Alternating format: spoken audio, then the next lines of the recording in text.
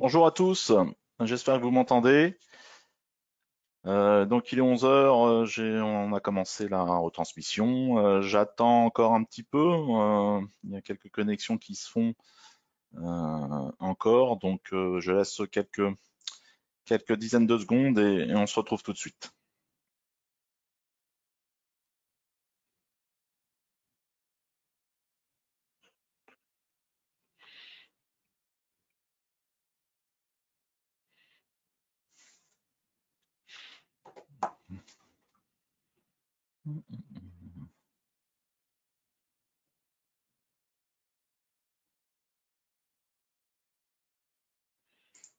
Chat.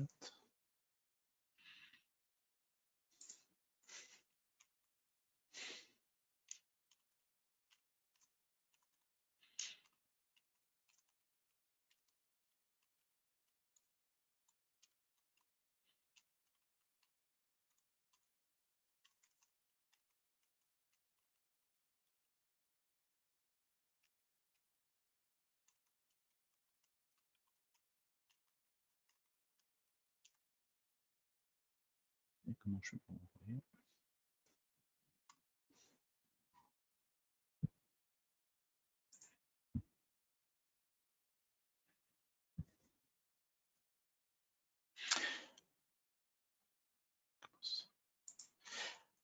Allez, ok, on va commencer alors. Donc, de nouveau, bonjour à tout le monde. Merci de nous rejoindre pour cette nouvelle série automnale des webinaires Lati et de nous être fidèles aussi depuis le début d'année pour beaucoup d'entre vous. Autrement, bienvenue aussi aux nouveaux arrivants. Donc, je suis Philippe Signello, vous me connaissez, hein, pour ceux qui ont entamé la première série de webinaires en début d'année, et c'est moi qui aurai la charge encore d'animer les prochains épisodes. Donc pour rappel, vos micros sont coupés, utilisez la boîte de dialogue questions hein, pour y laisser vos messages et vos questions. Vous trouverez aussi dans la partie documents sur votre écran de GoToWebinar, vous trouverez l'agenda de tous nos rendez-vous à venir, hein, les 4 jusqu'à la fin de l'année, et aussi une fiche technique, LATI, une fiche technique matière pour illustrer notre thème du jour.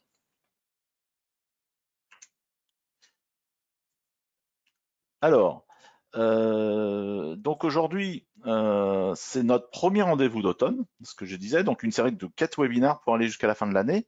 On commence aujourd'hui avec par le thème de la fiche technique ou la TDS, hein, Technical Data Sheet. On a eu un vif intérêt pour ce sujet à la fin de nos webinaires du premier semestre, hein, avec la demande de plusieurs participants. Ensuite, on verra quelles solutions plastiques techniques pour respecter les nouvelles orientations et préoccupations environnementales. C'est une grosse actualité maintenant. Même si la vocation de l'ATI n'est pas véritablement de proposer des grades dédiés aux pièces d'aspect, on pourra cependant évoquer le sujet, en commençant dans le troisième épisode par aborder la coloration des polymères et des compounds. Et enfin, pour terminer, les solutions, pour moi, c'est ce qui est peut-être de plus intéressant, c'est les solutions thermoplastiques résistant au feu, hein, donc les matières ignifugées, qui représentent le cœur de notre activité aujourd'hui et fait aussi notre renommée dans le secteur électrique, électroménager, ferroviaire. Donc, concernant le déroulement des webinaires, il faut compter 50 minutes, une petite heure, et on prendra 5-10 minutes à la fin de la session pour répondre aux questions et aux demandes. Voilà, donc on va attaquer. J'éteins juste la caméra et c'est parti. Donc, pour commencer, je voulais juste faire un petit rappel, hein. Vous savez que la fiche technique, la TDS, c'est un récapitulatif de données techniques, euh, données techniques relatives à une matière hein, qui doit, à la fin, donner forme à une pièce moulée. Pour commencer, donc, on va revenir sur notre troisième webinaire du premier semestre qui évoquait les critères de sélection d'une matière plastique dans un projet. On avait identifié 7 familles de critères. Et pour rappel, donc il y avait la température, une notion de température, une caractéristique fondamentale dans les plastiques, c'est souvent la première exigence du projet. Il y avait les sollicitations mécaniques, hein, on s'en doute bien sûr. Tout ce qui est aspect environnement, donc le produit final travaille à l'extérieur, et il est exposé à des produits chimiques en immersion dans l'eau ou exposé aux UV. Il y a des exigences spécifiques, autres, telles que le comportement au feu, hein, mais on peut avoir besoin d'une pièce, d'une fonction antistatique ou dissipation thermique, des pièces avec un frottement amélioré. Il existe les homologations, des conditions particulières de certification. On parle de carte jaune, de classement fumée dans le ferroviaire, de contact alimentaire, eau potable. Les tolérances dimensionnelles ou géométriques que l'on a au plan pièce, ça c'est important aussi. Et puis enfin, tout ce qui concerne la transformation, est-ce qu'on dispose des bons équipements, du refroidissement adapté du moule, la préparation de la matière. Voilà, tous les polymères, les composants ne se transforment pas de la même façon. Donc en final, la fiche technique doit répondre à toute ou une partie de ces critères sous la forme de caractéristiques ou de propriétés bien définies, normalisées, reproductibles.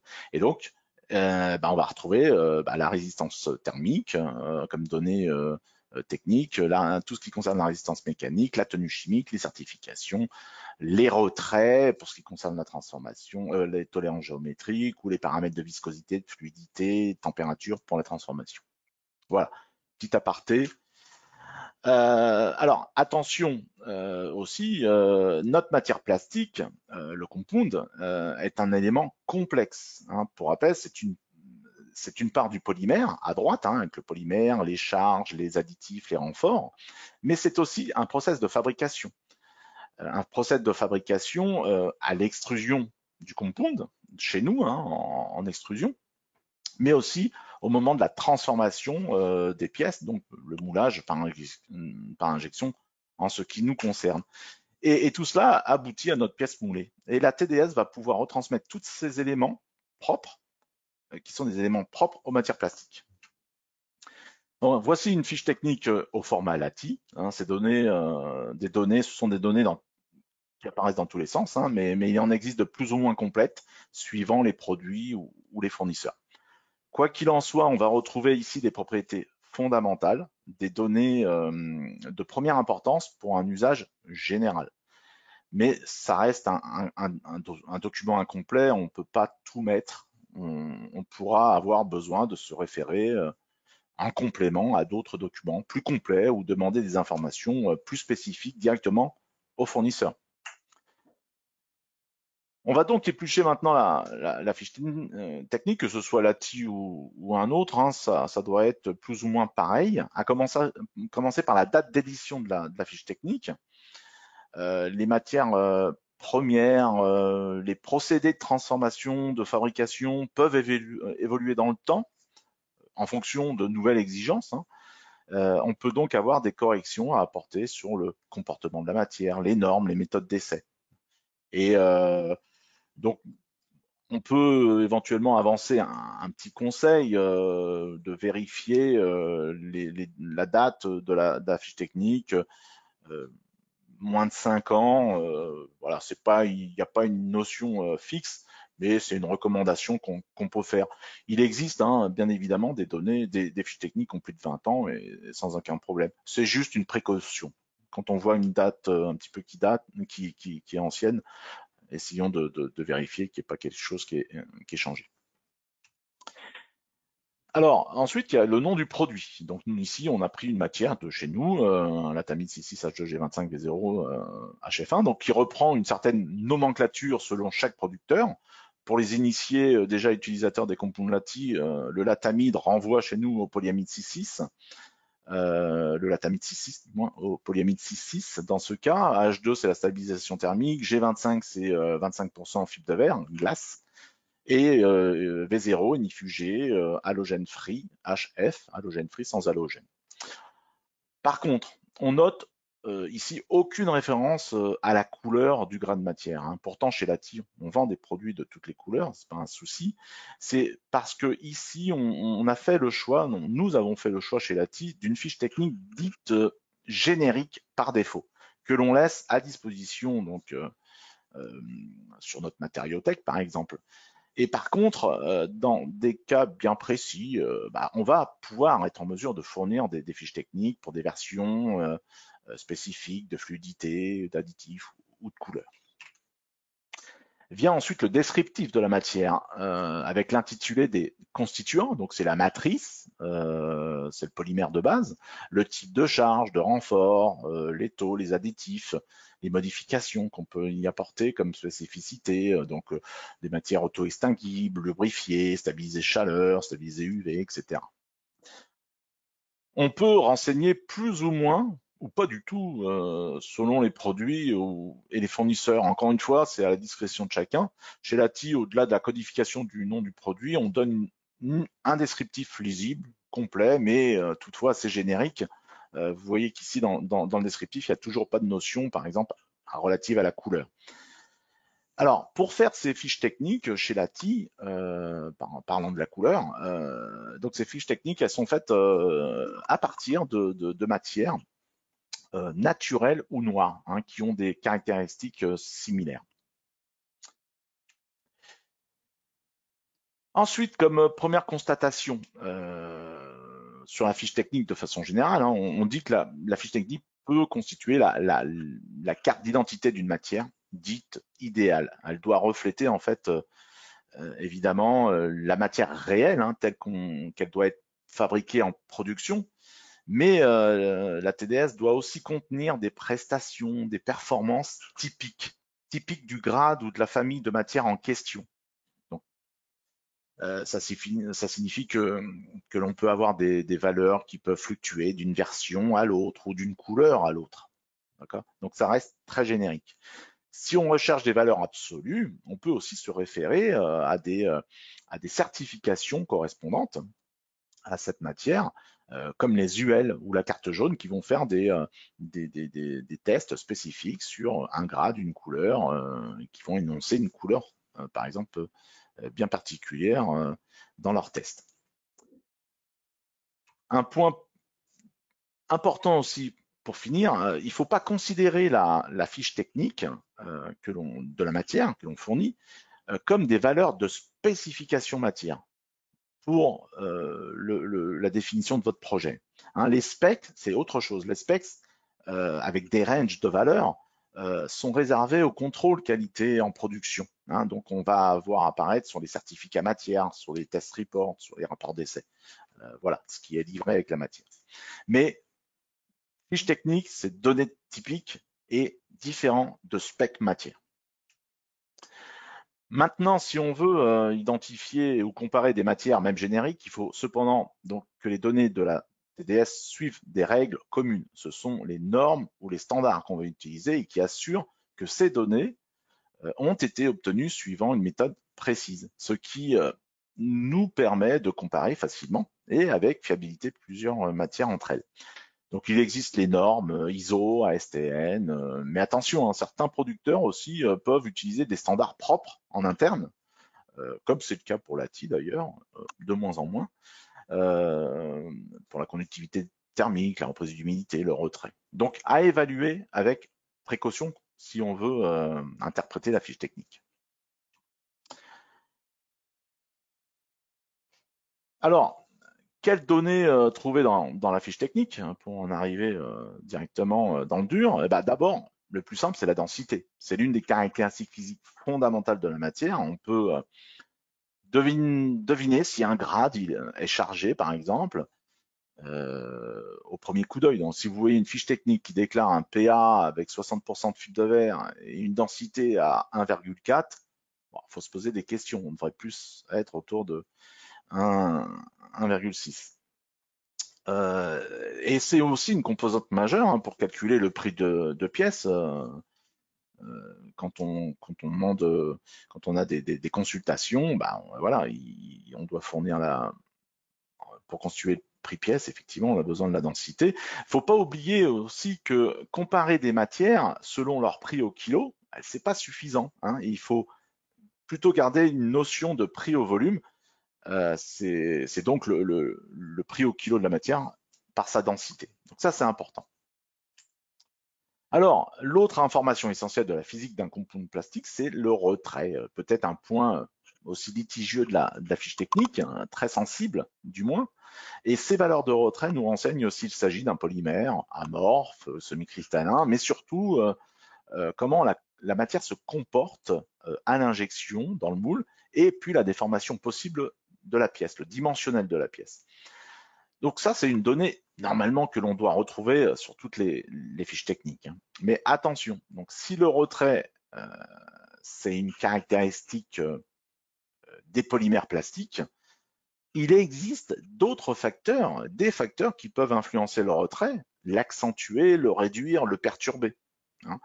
Et ça peut être la géométrie des pièces, l'épaisseur, le type de moule, le type de refroidissement, le système de refroidissement, le refroidissement adapté ou pas, les paramètres d'injection. Donc ça peut influencer le retrait par rapport aux valeurs idéales, on va dire, qu'on a sur la fiche technique. Donc on a déjà vu ce phénomène, hein, de retrait dans nos précédents webinaires. C'était le 5e webinaire du 16 juin dernier. Les notions de retrait, déformation au moulage des plastiques. Donc, pour rappel, vous pouvez consulter le replay de ces webinaires. Vous avez dû avoir les liens. Au besoin, vous pouvez me les redemander via un mail. Alors, pour aller un peu plus loin, on constate au niveau du retrait, hein, on constate dans la fiche technique 2 lignes avec le retrait longitudinal, c'est-à-dire dans le sens du flux matière, et le transversal, perpendiculaire. Je ne vais pas revenir, hein, je vous l'ai dit tout à l'heure, je ne vais pas revenir sur ces notions vues précédemment, mais rappelez-vous simplement qu'une matière plastique n'a pas forcément un retrait identique, hein, on dit isotropique, donc identique dans toutes les directions de la pièce, surtout dans le cas de matière renforcée. Ces valeurs de retrait sont données selon des conditions et des éprouvettes normalisées, donc des résultats très théoriques par rapport au moulage de vraies pièces techniques et de géométrie plus complexes qu'une éprouvette. C'est pour ça qu'il est difficile d'annoncer des valeurs fixes et on préfère indiquer un intervalle, mais pas trop large non plus, hein, faut être réaliste. Donc c'est vraiment une source pas de conflit ou de litige, mais d'incompréhension qui doit avec le mouliste, hein, et le mouliste doit procéder par tâtonnement pour réaliser le moule et ne pas se louper. Donc vous comprenez bien que si on prévoit trop de retrait sur le moule, c'est plus compliqué de rectifier le tir en devant rajouter du métal sur un outillage, alors que c'est plus simple d'en enlever, évidemment, donc d'où l'intérêt de commencer à usiner avec des retraits peut-être plus faibles.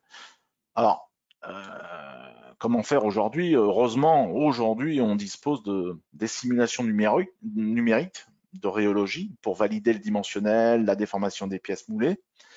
Et c'est maintenant très largement utilisé, fiable et disponible chez les mouleurs, les moulistes, les bureaux d'études de plasturgie. Et c'est d'autant plus vrai et d'autant plus important et essentiel que les compounds aujourd'hui deviennent de plus en plus complexes. C'est plus des PP tels quels, vierges, ou des PA vierges, mais il y a de plus en plus de renforts et de quantité de charges importantes.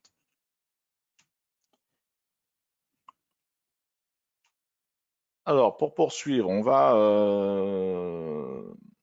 après ces généralités de départ, on s'attaque à un gros morceau que représentent les tests mécaniques sur la fiche technique, hein, à commencer par les essais d'impact. Donc on retrouve l'ISOD et le Sharpie.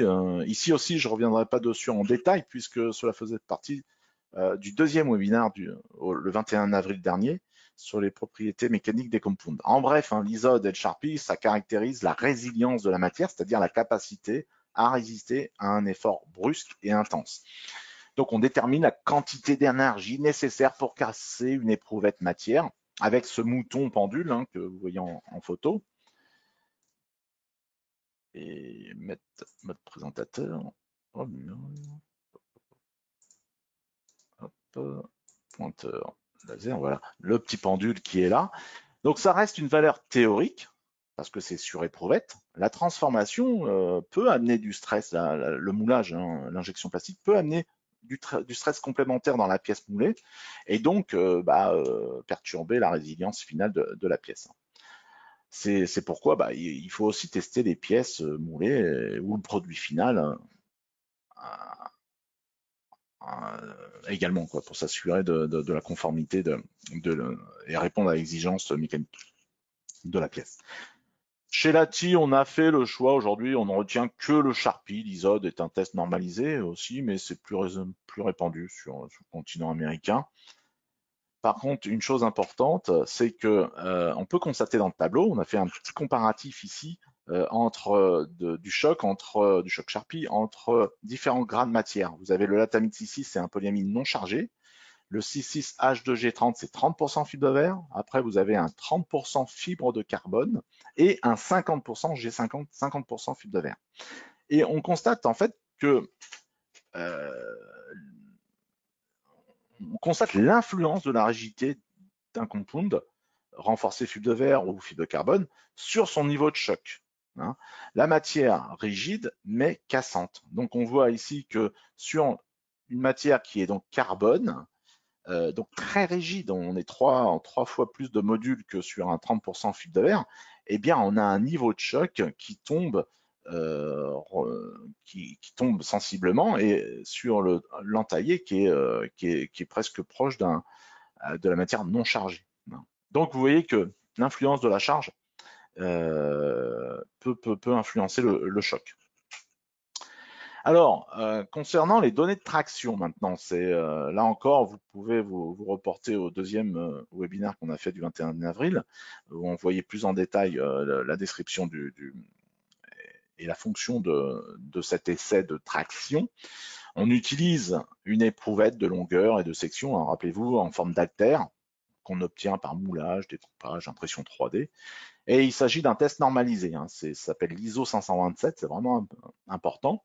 Et on fait ça avec un appareil qui s'appelle un dynanomètre. Et une fois en place, on applique à l'éprouvette qui va se déformer, on applique un effort à l'éprouvette et qui va se déformer progressivement. Et on répertorie ces valeurs dans un diagramme, qui est le diagramme contrainte déformation, ou stress strain en anglais, qui va nous donner les caractéristiques élastiques ici de la matière et rupture de la matière. Il s'agit là vraiment d'une donnée fondamentale hein, afin de mener nos études de conception mécanique.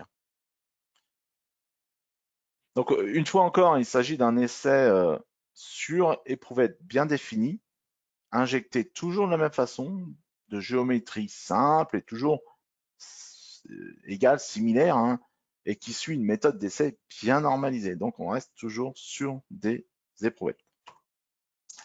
Mais attention, si on regarde une véritable pièce injectée, avec un compound technique renforcé, au cœur de cette poulée, par exemple, c'est un PA66 50% fibre de verre, on l'a déjà vu dans les autres présentations, et ben on va retrouver la matière sous une multitude d'aspects différents.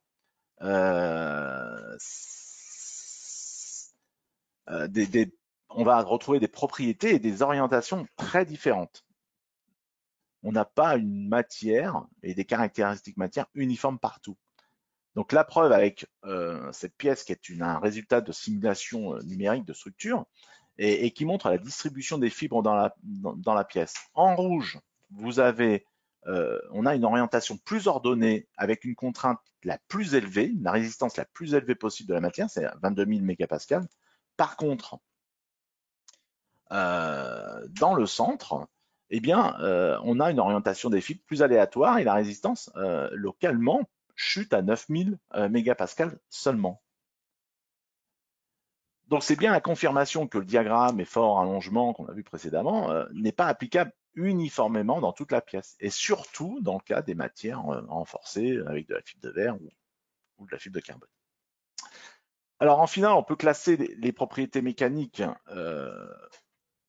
qu'on a vues là en deux types de comportements mécaniques. Vous avez le choc Sharpie et l'allongement à la traction qui font référence à la capacité de la matière à absorber de l'énergie. Et vous avez le module élastique et la contrainte en traction qui sont liés à la rigidité et à la résistance de la matière. En conclusion, la capacité à absorber l'énergie, c'est la résilience, Et la rigidité, la résistance sont des propriétés bien différentes. Et c'est au technicien d'aller chercher les données qui l'intéressent selon les exigences de son projet. Alors, il existe bon nombre d'essais mécaniques pour évaluer les sollicitations hein, sur un temps modéré ou lent. Il y a la flexion, on parle de flexion, compression, cisaillement, la dureté. Nous, chez Lati, nous avons fait le choix de la traction uniquement, que l'on retrouve systématiquement dans toutes nos fiches techniques, parce que c'est ce qui nous donne le plus d'indications sur le comportement mécanique de la matière, euh, dont on a besoin pour mener notre projet d'étude de pièces plastiques. Et avec le temps, on s'est rendu compte qu'on pouvait se passer des autres essais que l'on a jugés comme des données moins fiables, peut-être, moins reproductibles, trop liées à l'éprouvette, des essais plus complexes à réaliser, comme la compression, ou des données moins utilisées en construction mécanique de pièces plastiques hein, par rapport à d'autres domaines de la métallurgie, par exemple. Alors, une précision technique encore. Vous avez sans doute déjà entendu parler de données dry as molded, DAM, ou conditionnées. Ça, c'est vraiment aussi un point litigieux pour comparer les matières d'un fournisseur à un autre ou sur un projet. Et donc, il faut savoir que sortie de moulage, les éprouvettes de test doivent subir une procédure normalisée de conditionnement. Elles sont stockées dans des armoires ventilées à différentes températures possibles, sous conditions d'humidité et pour un temps déterminé. Donc, dry as molded, qu'on peut interpréter comme à sec ou sortie de moulage, en fait, les éprouvettes, ça sort pas tel quel, elles sont préparées suivant une méthode qui s'appelle l'ASTM 618 ou l'ISO 291 ou même l'ISO 1874 pour les polyamides plus spécifiquement. En bref, on laisse les éprouvettes se stabiliser après moulage, donc à 23 degrés avec 50% d'humidité relative et de 16 jusqu'à 40 heures. Voilà. Chez Lati, pour nos fiches techniques, nous avons une procédure interne donc, qui respecte la STM 618 avec, on peut aller de 24 heures ou 40 heures. L'important, en fait, c'est d'avoir un taux d'humidité résiduelle dans l'éprouvette qui soit inférieur à 0,2%. Et puis, vous avez les données dites conditionnées. Et les éprouvettes, là, sont placées avec une autre procédure, donc sont placées dans les enceintes ventilées à 23 degrés et avec 50% d'humidité relative, mais jusqu'à atteindre un taux d'humidité stable dans l'éprouvette. Donc jusqu'à l'équilibre. Donc on va laisser reprendre l'humidité. Et ça peut prendre plusieurs centaines d'heures, hein, plusieurs centaines d'heures. C'est pourquoi, dans certains cas, comme les polyamides, il existe des procédures de conditionnement accéléré qui est l'ISO 1110. Hein, donc là, on monte à 70 degrés avec 62% d'humidité relative. Donc cette confrontation des données dry as molded et conditionnées s'applique bien sûr aux matières sensibles à l'humidité, comme les PA, on vient le voir. Et on le voit, on constate dans les données qui sortent ici dans le tableau que ça a un impact significatif dans les tests mécaniques. On chute fortement hein, sur le module. Par contre, ça peut être appliqué aussi aux tests électriques, hein, bien évidemment. Ça peut influencer les tests de résistivité électrique que l'on peut faire sur les matières dans le cas de recherche de propriétés particulières. Donc ça, c'est voilà, souvent on parle de dry as molded, conditionné. Voilà ce qu'il en est, les références aux normes et bien faire attention de quoi on parle dans les fiches techniques. Et qu'est-ce que l'on compare surtout, c'est ça qui est important. Maintenant, passons à la partie données de température. Hein. C'est quand même un point important aussi dans notre projet. C'est pas une. Alors, c'est pas. Vous avez ici le détail de la fiche technique. C'est pas une liste exhaustive, bien sûr, de toutes les propriétés principales que l'on partage ou que partagent normalement les fournisseurs de matière. On retrouve en particulier, plus spécifiquement, souvent, c'est le VICA et le HDT, hein, que l'on avait étudié précédemment hein, à l'occasion du premier webinaire, justement, le 24 mars, sur les propriétés thermiques et résistance chimique des résines. On avait vu ça. Donc la HDT, c'est un test donc qui veut dire température des déformations sous charge ou le fluage en température. Donc c'est un test normalisé dans un bain d'huile. On va appliquer à une éprouvette qui est ici un effort de flexion et on va détecter. Évidemment, le bain d'huile monte en température jusqu'à une certaine température et on va détecter et on va attendre d'atteindre une certaine déformation de flexion sur l'éprouvette hein, qui est fixée à 0,25 mm. Bon, grosso modo, c'est un paramètre qui nous donne une estimation de la température d'utilisation d'un plastique, d'un thermoplastique, et de sa capacité à fluer. Le VICA, c'est le même banc d'essai, sauf que là, c'est pas un effort de flexion, de déformation, mais c'est plus une bille, une pointe ronde qu'on vient appliquer sur que l'on vient appliquer sur l'éprouvette et on fait monter progressivement le bain d'huile voilà, de 50 à 120 degrés par heure. Et on va déterminer à quel moment on a pénétré la pointe de 1 mm dans l'éprouvette. Et le VICA, en fait, traduit la capacité de la matière à perdre de ses propriétés de forme et à se ramollir, en fait, en surface. Alors, ici, on a la courbe qui montre le comportement du module en traction d'un polymère en température. Dans ce cas précis, c'est un polycarbonate, un polymère amorphe. Et on constate que le VICA et le HDT, le HDT sont relativement proches de la TG du polymère qui est à 140 degrés. Donc ça, c'est une donnée fixe du polycarbonate amorphe. Et en fait, à plus ou moins entre 5 et 10 degrés, pour les amorphes, hein, je parle, eh ben, on va situer la HDT et le VICA à 5 ou 10 degrés autour de la TG.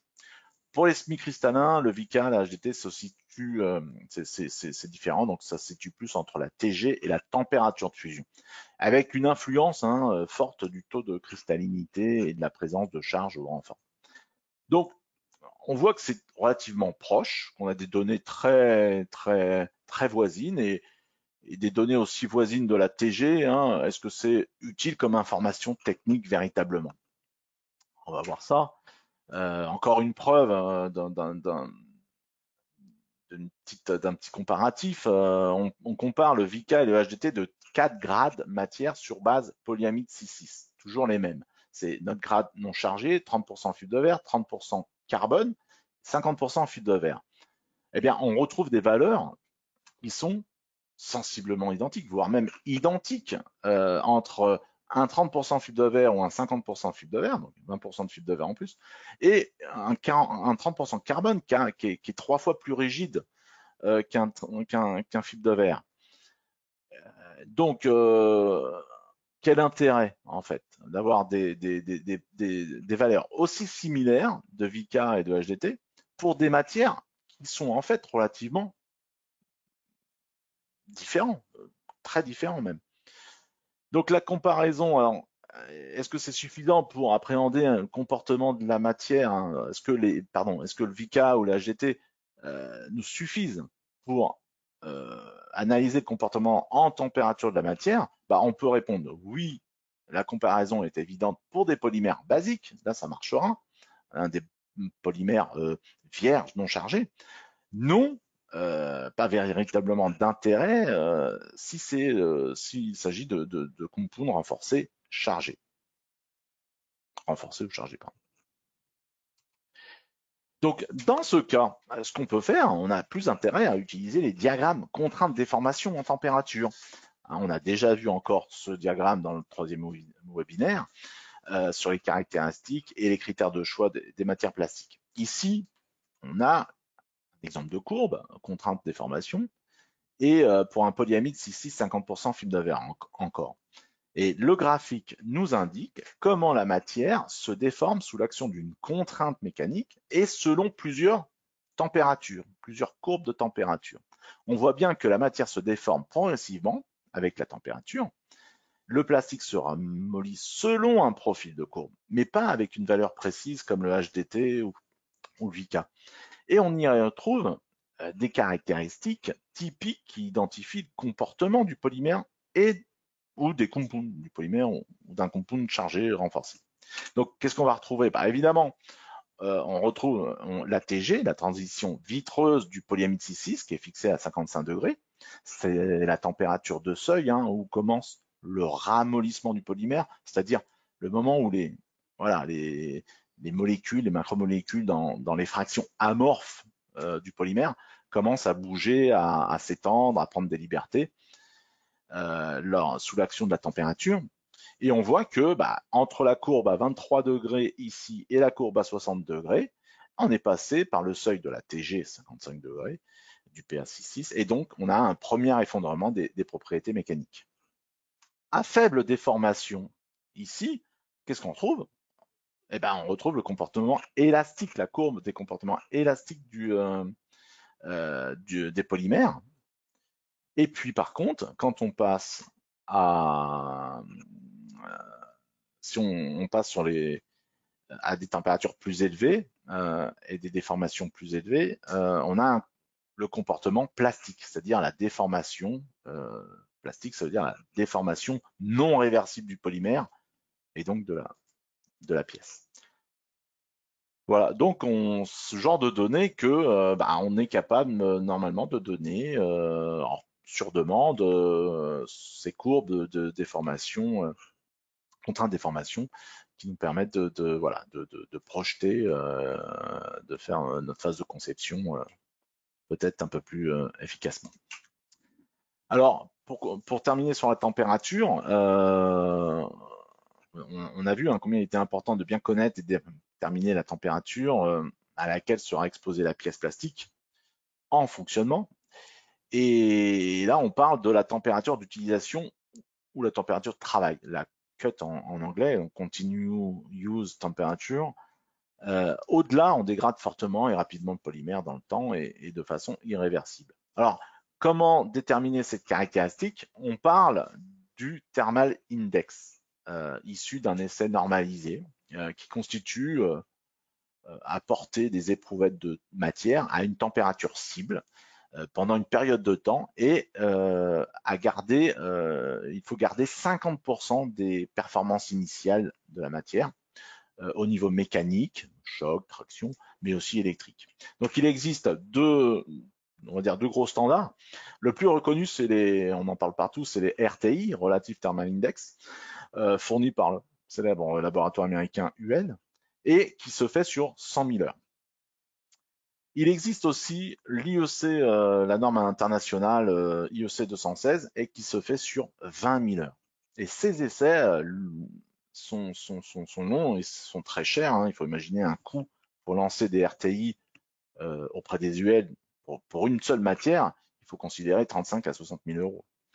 Donc, chez Lati, on a mis aussi au point une méthode interne pour évaluer un thermal index propre et évaluer nos matières et qui est similaire aux 20 000 heures. C'est une analyse thermogravimétrique en fait et voilà qui nous permet d'évaluer nos matières rapidement et de façon assez fiable.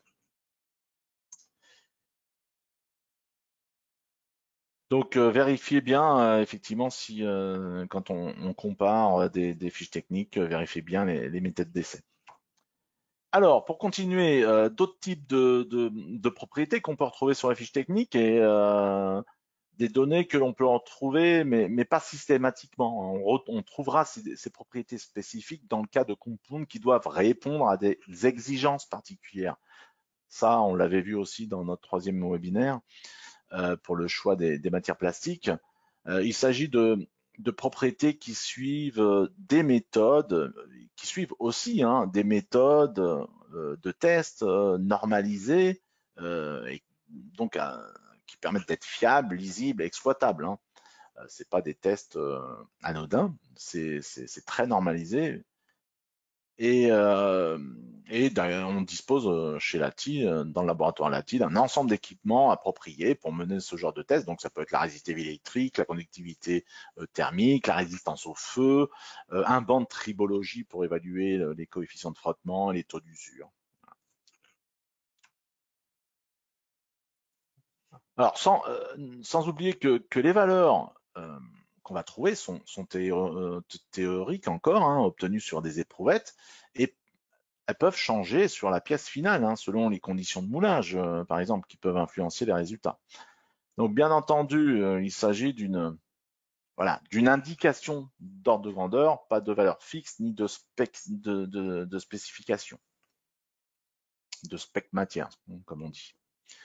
Donc, par exemple, vous avez la résistivité électrique qui peut dépendre de la répartition des charges dans la pièce injectée, comment ça a été moulé, les températures de moule, la vitesse d'injection, la géométrie de la pièce. Et puis, vous avez aussi, de la même façon, les coefficients de frottement et d'usure sont influencés par des facteurs externes qui n'ont pas de rapport avec la nature de la matière. La propriété la plus reconnue sans doute relative aux matières ignifugées, c'est le classement V0, V1, V2, HB, selon les UL, mais aussi il existe le fil incandescent, le GWFI, le GWIT pour le secteur électrique, sur des pièces au contact des parties actives sous tension ou aussi d'autres, pour trouver d'autres notions, comme ici, dans des notions de courant de cheminement et de résistivité, qui sont selon les standards de la Commission électronique internationale, hein, l'IEC ou des UL aussi, hein, qui font ce genre de tests. On verra les tests, hein, les différents tests sur les matières ignifugées, on verra ça plus en détail dans le prochain webinaire dédié aux matières autodistinguibles justement, et c'est dans le dernier webinaire au mois de décembre. Donc, s'agissant du classement V0, V1, V2, et le fil incandescent aussi, il faut tenir compte de l'épaisseur mentionnée dans la fiche technique, hein, qui doit correspondre à l'épaisseur réelle sur pièce.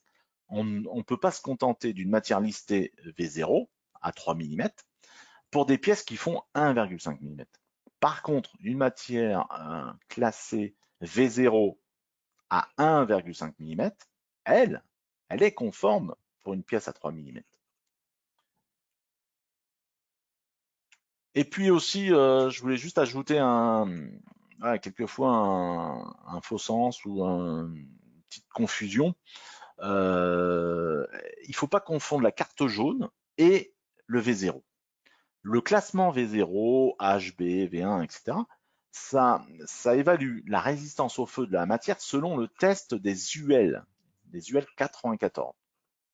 Chacun peut procéder à cet essai. Nous avons, nous, chez Lati, un banc qui nous permet d'évaluer nos matières et de renseigner nos fiches techniques, mais toujours dans le respect de la norme, de la méthode UL. Avoir une carte jaune, ça signifie que la matière a été testée directement par les laboratoires des UL. C'est le même test, mais fait aux UL, et elle est listée, ensuite la matière est listée dans la base de données des UL. Et ça constitue la carte jaune. La carte jaune, c'est le fait de figurer dans la base de données. Donc attention, carte jaune ne veut pas dire forcément V0. Et V0 ne veut pas dire que vous ayez une carte jaune non plus. Vous pouvez avoir une matière, vous pouvez avoir une matière non ignifugée, ce qu'on appelle HB, avec une carte jaune. Vous prenez un polyamide 630% fibre de verre de chez Lati, il y a une carte jaune, mais c'est une matière qui n'est pas ignifugée. C'est juste un label qui permet d'entrer sur le marché américain, nord-américain, aussi bien pour les producteurs de matière que les fabricants industriels de produits. Voilà, de ce fait, en fait, et ça permet de corroborer les données de la fiche technique d'une matière grâce à sa carte jaune délivrée par les UL. Si, bien entendu, si dans le cas où la carte jaune a été demandée. Donc, vous pouvez prendre la fiche technique d'un produit Lati, tel que vous l'avez là, et puis aller voir sur la base de données UL si ces données sont conformes. Et vous aurez même d'autres types de données un peu plus poussées.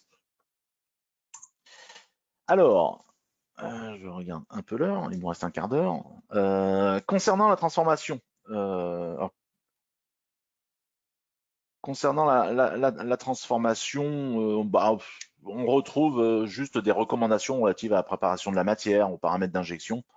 Ensuite, c'est la charge du technicien d'injecter en atelier, d'optimiser les conditions de moulage. Mais par contre, pour aller plus loin sur par rapport à la fiche technique, vous pouvez consulter des guides que nous avons à disposition. Vous pouvez télécharger sur notre site internet lati.com. Donc, c'est des températures de moule, de cylindre, d'injection, voilà. Quelques recommandations très succinctes. Alors, il existe d'autres données dont on pourra avoir besoin dans notre projet, hein, mais qui ne figurent pas sur la TDS parce que c'est compliqué.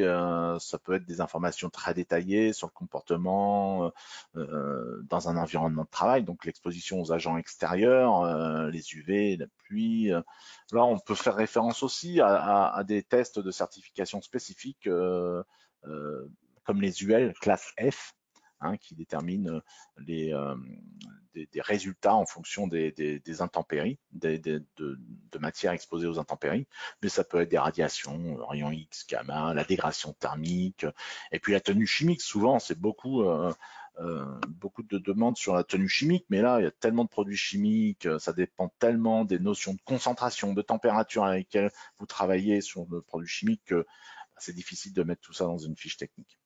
Par contre, même sur le site internet Lati, bah, vous avez des documents qui sont plus complets et qui se reportent à ce type qui vont pouvoir vous fournir des informations sur ce sujet.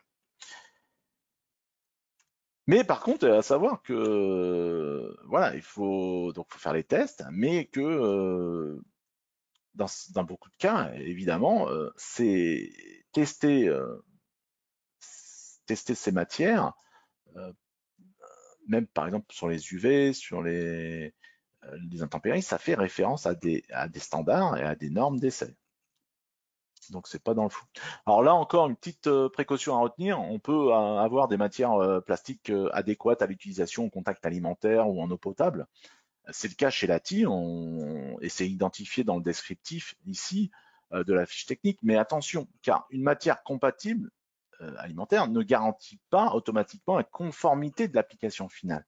Donc tout fabricant de robinet, jouets, ustensiles de cuisine doit lancer lui-même sur son produit final des tests de conformité auprès des organismes officiels afin d'obtenir sa propre certification de produit. Parce que entre-temps, sur la matière, bah, il y aura eu des opérations, il y aura eu de la transformation, il y aura eu je sais pas, de l'assemblage, de l'emballage. Donc, qui peut dire que le process complet a été respecté pour un contact alimentaire?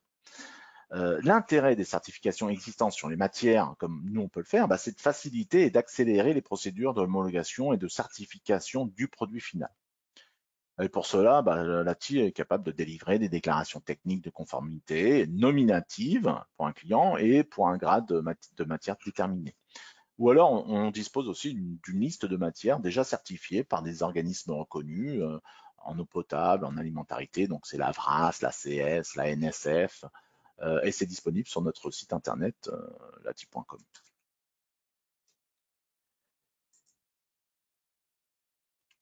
Alors voilà, donc on en arrive à la fin et juste un petit résumé pour conclure sur les fiches techniques. Il faut juste retenir hein, que bah voilà, la fiche technique, on va retrouver dedans des matières, des données, pardon, des données, mais qui sont des valeurs types et pas des specs matières. Donc ça, c'est relativement important. Et que c'est un outil qui nous permet de nous renseigner, mais de faire aussi des comparaisons entre les matières. Et ne pas, je dirais, en complément, de ne pas se contenter de systématiquement de comparer les valeurs ligne par ligne dans une feuille Excel à la virgule près. Il y a forcément des écarts parce que c'est une moyenne aussi, pris sur des lots différents. Même si on est sur des matières a priori identiques, hein, il peut y avoir des écarts et il faut donner un peu de latitude. Voilà, et pour finir, vraiment, bah, on a à disposition chez Lati une matériothèque hein, qui s'appelle Lambda et que vous pouvez consulter euh, pour télécharger des fiches techniques. Donc c'est online, c'est en anglais ou en italien, mais par contre, vous pouvez télécharger les fiches techniques en français. Voilà, c'est une liste importante de matières et qui vous permet aussi de faire un comparatif jusqu'à 4 produits. Donc ça, c'est intéressant. Ce qu'on a fait tout à l'heure, qu'on a illustré dans certains slides. Voilà, bah, je vous remercie pour votre attention. Maintenant, je vais aller voir s'il y a des questions. Il nous reste 5 à 10 minutes. Alors, je vais